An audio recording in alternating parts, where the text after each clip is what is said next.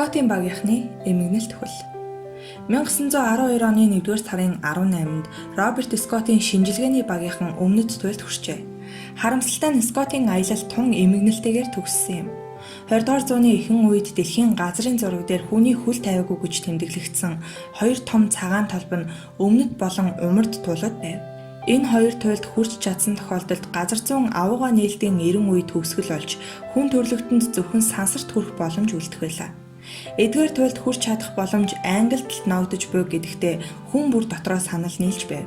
Учир нь 19-р зуунд авууга энэ гүрний хөлөг онгоцууд энэтхгээс ахуулаад Хойд Америк хүртэлх дэлхийн олон орн руу явдаг байсан юм. Үүнээс гадна өндөр өртөгтэй аяллыг зохион байгуулах хөрөнгө мөнгө зөвхөн англичуудад л байсан. Мөн гагцхүү энэ улсын тэнгисийн офицерууд л аялахын хажуугаар судалгаа шинжилгээний ажлыг явуулахад бэлэн байлаа.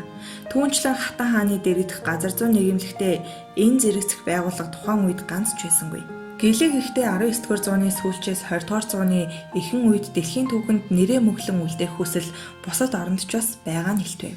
Далайд гарцтай гэх орнууд тэр дундаа Итали, Оросын хаант засаг, тэр бүхэл Япон улс хүртэл Антарктид болон умард туйл руу судалгаа шинжилгээний баг илгээх болжээ. Гэхдээ л англичуудтай тэд өрсөлдөж чадаагүй.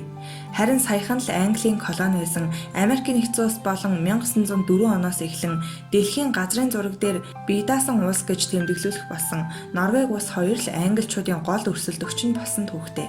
Норвегичууд 19-р зууны сүүл үеэс эхлэн умард туйлыг судалж эхэлснээр тогтохгүй. 1893-аас 1896 онд Фритьоф Нансен өөрийн Фрам хөлөг онгоцоод хуулийн мөсөнд хөлдөн урсгалаар нь явуулах туршилт хийсэн умард туйлд хүрэх асуудал жинхэнэ хувьсгалыг хийж чадсан байдаг. Дээрх туршилтын үр дүнд Нансен хойд өргөргийн 86 хим 13 минутын цэгт хүрч чадсан ч харамсалтай нь туйл орчмын усны урсгал тэг цэгээр дайрдаггүй тул үүнээс цааш явж чадаагүй юм. Үргэлжлүүлээд чаргаар аялах гэхэд хүрэн мөнгө байсангүй. Гэсэн ч Нансены багийнхан умард туйлд хүрэх замыг нэгэнт нээсэн учраас 12-оос 13 жилийн дараа тэнд хүн үнэхээр хүрч чадсан юм. Харин Америкийн иргэн Роберт Перри нээсэн үү? Эсвэл Нансены нутаг нэгт Фредерик Кук нээсэн үү гэдэг нь одоо ч маргаантай байдаг тул умард туйлыг нээсэн тодорхой огноогч хэлж чадах хүн алга.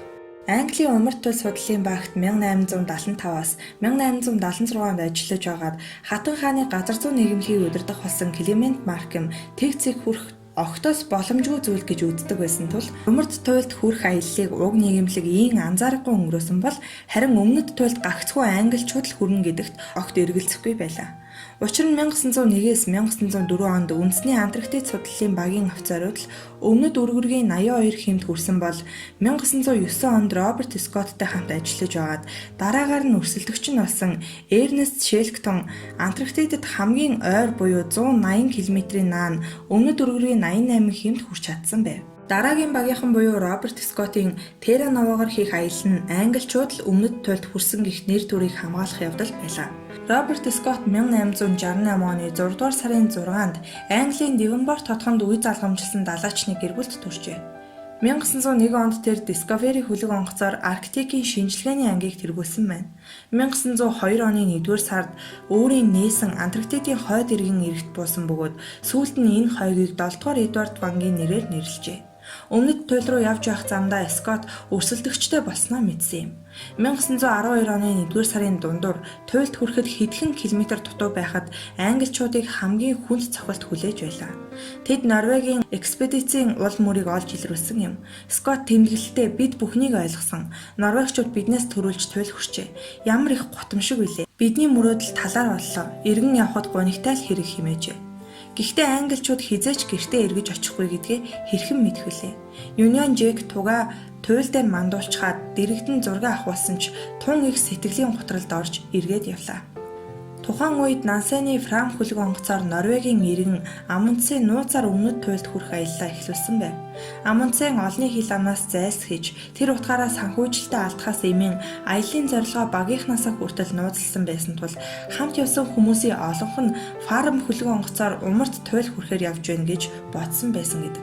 Үнэн дээр ч энэ өрсөлдөөнд Амундсен ялалт байгуулж өмнөд туйлд Скоттоос сар гаруй өмнө хүрэлцэн очжээ. Ингэхдээ нохоонуудыг стоцвол норвегичууд бүрэн бүрэлдэхүүнээрээ нутаг буцаж чадсан бол Терра Нова хөлөг онгоц Ахмата болон хэд хэдэн туслахаа алдсан юм. Скот хөлөг онгоц руу хүрэх замдаа осхон хоол хүнсээр гачигдсандаа турж ицэн чийг бам өвчин тусч нас оржээ. Эрдэмтэд өнөө хүртэл Скотын багийнхны үхэлд Амундсен буруутай гэдэгт маргалцаар байдаг. Мэдээч хэрэг өмнөд туйлд Норвегийн туг намирч байхыг хараад англичууд сэтгэл зүйн маш хүнд дарамтанд орсон л автай. Ялангуяа Антарктидын нөхцөлд иймэрхүү байдалд орсон хүнд юм бүхэн учир утгагүй санагдаж амиа хорлох нь энүүхэнд байдаг гэжээ. Амундсен ямар нэгэн байдлаар англичуудын өмнө буруутай байж болох ч тэд өөрсдөө түүнээс дутуугүй буруутай. Учир нь Скот аяллахаа явцад маш олон алдаа гаргасан байдаг. Тухайлбал Скот механик хөдөлгүүртэй чарга болон одоо мориудаа найдлага тавьж байсан. Гэвч аль аль нь тус болоогүй. Чарга нь Антарктидын цас мөсийг туулах чадваргүй гэдг нь тодорхой болж харин одоо моридын туурайн цасан шигдэн байрнасаа ч хөдөлж чадахгүй шахан байжээ. Тиймээс Скот ба түүний багийнхан одоо моридоо буудан хороогоод өөрсдөө чаргаа чирэх болсон аж. Тэгвэл Амундсен аялалдаа нохтыг ачгалсан байдаг. Тэд хүүтэнд их төсвөртэй байсан тул норвегичууд өдөрт хэдэн 10 км замыг туйлж байжээ. Түүнчлэн Скотыг бодвол Амундсен мундаг цаанчин байсан төдийгүй хүнсний зүйлсээ ухаалгаар хуваарлаж чадсан тул норвегичууд аяллаа явцдаа бараг өвдөөгүй. Харин Скот ба түүний багийнхан хүнсний хомсдолд орсон тул турж ицэн чийг бам өвчнөр өвчилжээ. Мөн норвегичуудын хувцас хэрэглэл нь илүү сайн буюу англичуудынхыг бодвол хөнгөн найдвартай дулаан байсан аж. Аз үнэхээр тэдний талд биш байлаа. Скотын багийнхан өмнө зүг рүү аялахдаа аль хэдийн нүдгүй шуурган цохигдож хүнсний хомсдолд орсон байсан бөгөөд хойд зүг рүү буцах аялал нь бүрч бага хангамж инээрхтэй байсан учраас дааж давшгүй байх нь тодорхой байв. Хэдэн 7 хоногийн турш алхаж би эрэхт нь хүлдэжээ. Буцах зам нь тун хэцүү болов. Аимшигтэй хүүдэн бараг зогсоо зайгүй үлээх салхи зэрэг нь хүчтийнхээ барна. Завсар хоорондын хүнсний баазаа хайх зурт замаасаа төөрч үүнээс олж хоол хүнсээ багасхан идэх нь улам бүр хүчгүй болгоно. Баазтаа ойртох бүрийд англичууд тэнхээ тамир улам бүр мууджээ. Амьдрах хүсэл эрмэлзэл буурч сэтгэлээр унах явдал ихссэн байна. Үүнийг Скотын тэмдэглэлийн дэвтрээс харж байна. Бурхан минь бидэнд туслаач, бид энэ зовлонг дааж чадахгүй нь гэж тэрээр бичсэн юм. Гисэн хэдэж багийн гишүүд геологийн тун чухал олдвор бүхий 15 км хөдөр тээвэрлсэн хэвээр байлаа. Түүнээс гадна хамаг хүчээ баран байж тэмдэглэлийн дэвтрээ Скот хөтлсөөр байлаа. Аажмаар тэр бичиг нь улам бүр товчхон болно. Аимшигт өхлийн өмнө эдгээр хүмүүс эр зоригоо алдаагүй юм. Тэд ангал руу унахдаа толгоондоо бэртэл аваад ухаангүй байх Ивансыг авч явсан хэвээр байлаа. Иванс төрүүлж нас орлаа. Хүлдэлттэй Оц өөрийгөө хаяад явахыг хүссэн бөгөөд шуурганы үеэр майхнаас санаатай гарч хүлдэж өгсөн байна. Гуруулаа үлдсэн Скот, Уинсон, Бауерс нар хувь тавилангаа даван туулах гэж оролдож эхэлсэн юм. Аврал авчрах хүнсний зүйл болон шатхуун байгаа бааз хүртэл ганцхан хоногийн зай буюу 20 км үлдээд байхад Скот хамгийн сүүлчийн тэмдэглэлээ үлдээжээ. Цаг агаарын хүнд байдлаас олж хангамжийн баазаа олж чадахгүй цаг алдснаас замдаа 2 нас орсон ч үлдсэн 3 гишүүн нь хангамжийн баазаас 18 км-ийн зайтай амиа алдсан юм. Тэд ойрхон ирсэн мэдэж байсан ч олж чадаагүй нь харамсалтай. 8 сарын дараа буюу 1912 оны 11-р сард шинжилгээний Терра Нова хөлөг онгоц нэмж Эдвард Аткинсон аврах багийн хамт засанд дарагдсан майхан олоход дотор нь Мишокондоо нас орсон 3 хүний цогц байжээ. Тэдний цогцыг оролдоогүй майхан тогтоож байсан тулгуурыг авч хаяад цогцыг бүтээжээ. Энэ 3 хүнээс Скот хамгийн сүүлд нас орсон бололтой. Гэлээ гэхдээ Скот газар зүүн агуу нээлтүүдийн түүхэнд нэрээ мөнхөлж чадсан билээ. Учир нь түүн шиг эрлэхэг романтик хүнийг олоход хэцүү.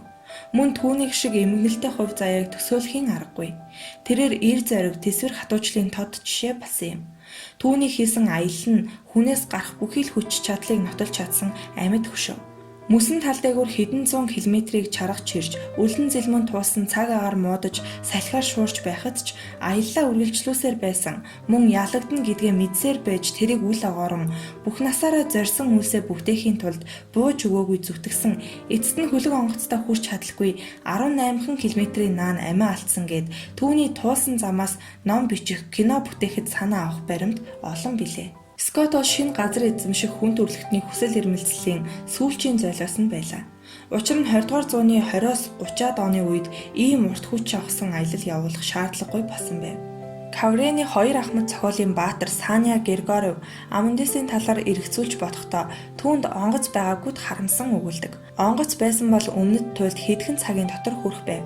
Гэтэл Скот байгалийн хүчин зүйлстэй нүүр тулан улмаар амиа алдсан түүнийг илүү баатарлаг харагдуулна. Дэлхий дахинаа Скотыг англичууд шиг үзэх нь үгүй. Англичуудын хувьд Скот бол үндэсний баатар төдийгүй түүний хийсэн аялал нь Ван улсын төлөө амиа хайрлалгүй хүчин зүтгэж байсан хүмүүс үүргээ биелүүлж байж үхдэг байсныг нотлох жишээ болдог ажээ. Скот нүд аних хүртлээр өөрийн тэмдэглэл хөтэлдэг байснаас гадна эхнэр Кейтлин Брюстэг бичсэн "Миний эхнэрт" хэмээх загтлаа дахин хаяглаж "Миний бэлэвсэн эхнэрт" гэж болгосон байв. Багийн ахлагч Скот сүүлчийн тэмдэглэлтэй. 3 дугаар сарын 29 пүрэв гараг 21-ээс хойш байнга салхишуурч байна. 20-нд 2 аяга цай чанах шатгуун л бидэнд байлаа. Бас 2 хоногийн хуурай хүнс. Өдөр бүр л бид хүнсний зүйл байгаа бааз хүртэл явж байгаа. Тэр хүртэл ердөө 18 км үлдсэн байгаа ч майхны гадаа шуурга намжихгүй хунгарсан цас маш их байна. Одоо бид ямар ч сайн сайхан зүйлд найдаж чадхааргүй болсон мэт санагдаж байна. Эцэстээ хүртэл явах ч гэлээ бид улам ядарч сулдж байна. Мэдээж хэрэг үхэлж ойртож байна. Хэдий харамсалтай ч би ахиж очиж чадахгүй бололтой. Скот. Бурхныг одож хайртай хүмүүсийг минь харж хандаарай хэмээн бичжээ. Жинхэнэ эр хүн л өөрийн цөхрлөө аргагүйцсан байдлаа ийм цөөхөн үгээр илэрхийлж чадах үзье. Роберт Скоттын тэмдэглэлийн дэвтрийн сүүлчийн хуудас Ньютоны захидлууд болон Диккенсийн гар бичмэлийн хажууд Британийн музейн танхимд хадгалагдаж байдаг юм.